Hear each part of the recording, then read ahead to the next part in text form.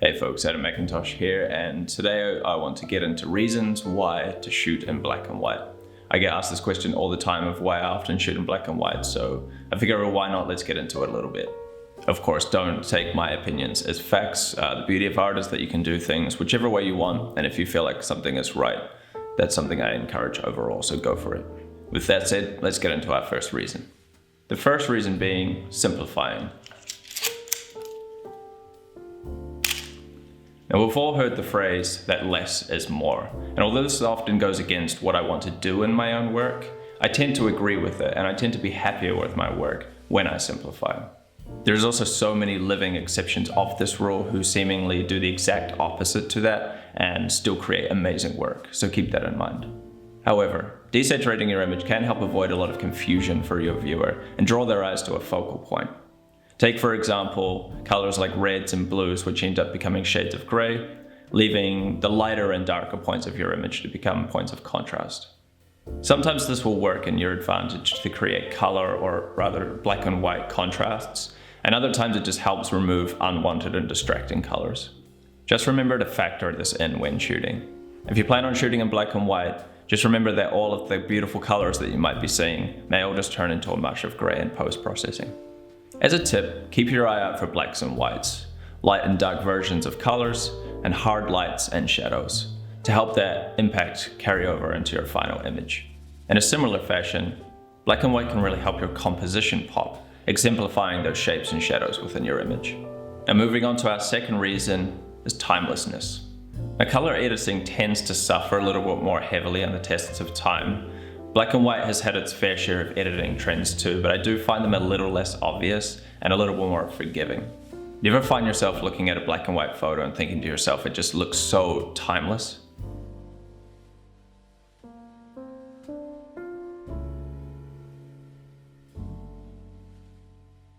Well, the cool thing is that you can actually create that feeling yourself.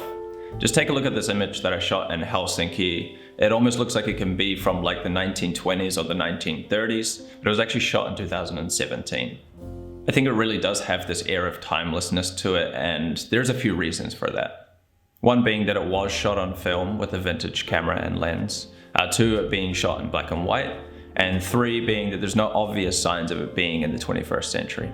No cell phones, no modern architecture, etc. But a large importance is the post-processing, or in this case, the development.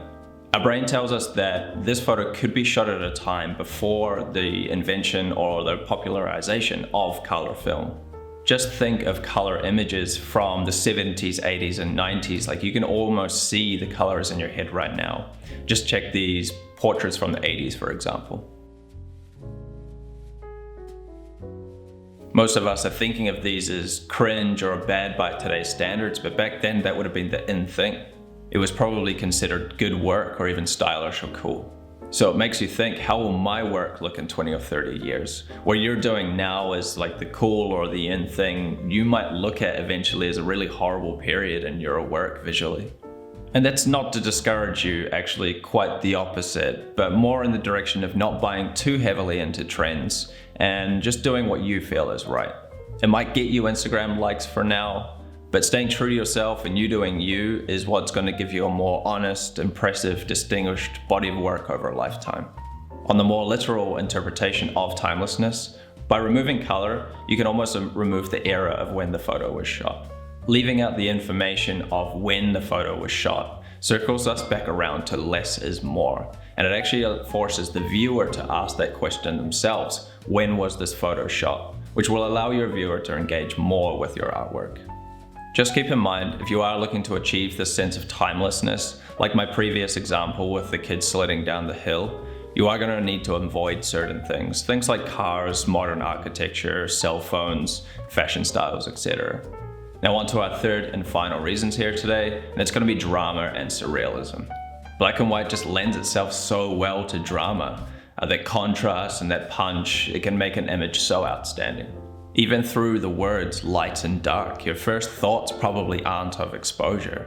Light and dark, black and white, they're terms that we use symbolically for things like emotions, the moral judgments, and the actions of others. I think this alone, when used correctly, can have such a huge impact on the viewer's experience, subconsciously, metaphorically, and literally. And finally, surrealism. Surrealism can be achieved in so many amazing ways through black and white.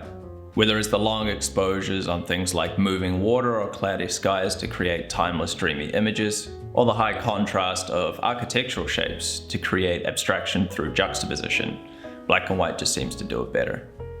So there you have it. Some reasons why I shoot black and white, some reasons why you should shoot black and white if you don't already. I would also like to make a video on why to shoot color, because there's also plenty of reasons for that too, and reasons why I shoot color at times also. Now, I did say on my last full-length video that I would shout out one artist, and I'm very proud to be able to do that today. That artist is also a very good friend of mine, although I don't get to see enough because I live in a different country to him. But he's a very, very great guy and a very, very talented artist. So his name is Carl Tiart. He is an illustrator, digital painter. I don't know what other titles he might have for himself, but you get the idea. I'll flash up some of his work, and I will also leave his links in the description below. Please go check him out. Please go send him some love, because I think once you see his work, you will know that he totally deserves that. So yeah, this is something I want to do more of. If you want to get featured as an artist, please do leave your comments down below or send me a DM on Instagram or something like that. Send me your portfolio, your Instagram, whatever. I will check those out, and I will continue to feature artists at the end of these longer videos, because yeah, it's just something I want to do. I want to support more people, especially who maybe don't get the eyeballs that they deserve. And yes, I think that is about it. Thank you so much for watching. If you liked this video, if it helped you out in some way, gave you some information, please do give it a like. Subscribe to the channel for more videos like this. Give it a share if you think it's going to help somebody else. All those things help a lot. So yeah, probably more than you think, actually. So hook that up. Also, I'm also going to be still doing these creative vlog videos. I've really been enjoying doing those. Actually, it's a little bit more candid for me to talk that way and share some other stuff that's not strictly photo related. And I want to start more of a conversation on those too. So please, yeah, leave a comment below or go check out one of those videos and leave a comment there. And I'm going to start to address some of those conversations and comments that come up there too. So looking forward to that. Otherwise, until next time, take it easy out there and happy shooting. Peace.